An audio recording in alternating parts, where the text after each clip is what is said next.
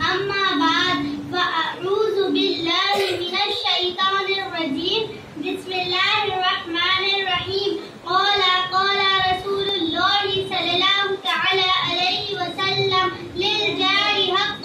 آئیے سب سے پہلے بارگاہ رسالت مآب صلی اللہ تعالی علیہ وسلم میں ایک بار درود شریف پڑھنے کی سعادت حاصل کریں. اللہ رب محمد صلی اللہ علیہ وسلم نحن عباد محمد صلی اللہ علیہ وسلم. حضرات، آج میرا موضوع سخن ہے پڑوسیوں کے حقوق، یعنی مذہب اسلام نے پڑوسیوں کے کیا حقوق رکھے ہیں.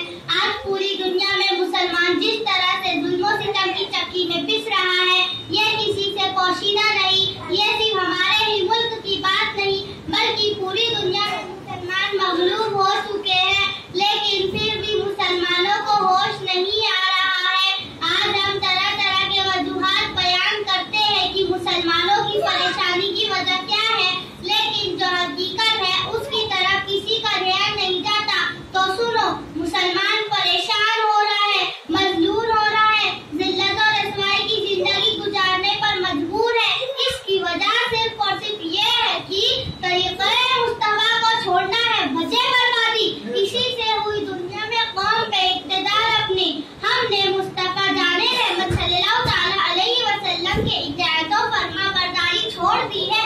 ہم نے غیروں کے طریقوں کو اپنا طرز عمل بنا لیا ہے. جو حقوق اللہ اور حقوق العباد ہم پر رکھے گئے ہیں ان سے دور دور تک ہمارا کوئی واسطہ نہیں. جہاں مذہب اسلام نے اور حقوق رکھے ہیں وہی پڑوسیوں کے بھی حقوق رکھے ہیں. اللہ تعالیٰ کے رسول صلی اللہ تعالی علیہ وسلم فرماتے ہیں کہ جب تم سالن بناؤ تو اس میں شوربہ بڑھا دیا کرو اور اپنے پڑوسیوں کے یہاں بھیجا دیا کرو.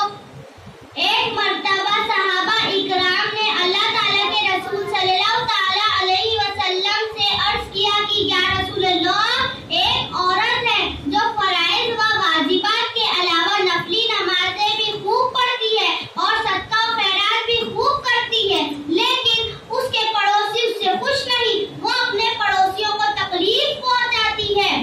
نبی کریم فرماتے ہیں کہ وہ عورت جہنمی ہے. اس کے بعد صحابہ اکرام عرض کرتے ہیں کہ ایک اور عورت ہے جو فرائض و واجبات کے علاوہ نفلی نمازیں تو زیادہ نہیں پڑھتی اور صدقہ و خیرات بھی زیادہ نہیں کرتی، لیکن اس کے پڑوسی اس سے بہت خوش ہے، وہ اپنے پڑوسیوں کے ساتھ حسن سلوک کرتی ہے.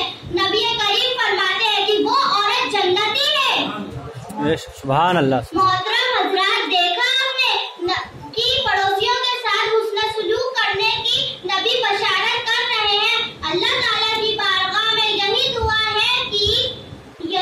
ہے کہ اللہ تعالیٰ ہم سب کو شریعت پر عمل کرنے کی توفیق عطا فرمائے. وما توفیقی الا باللہ. السلام علیکم ورحمۃ اللہ وبرکاتہ.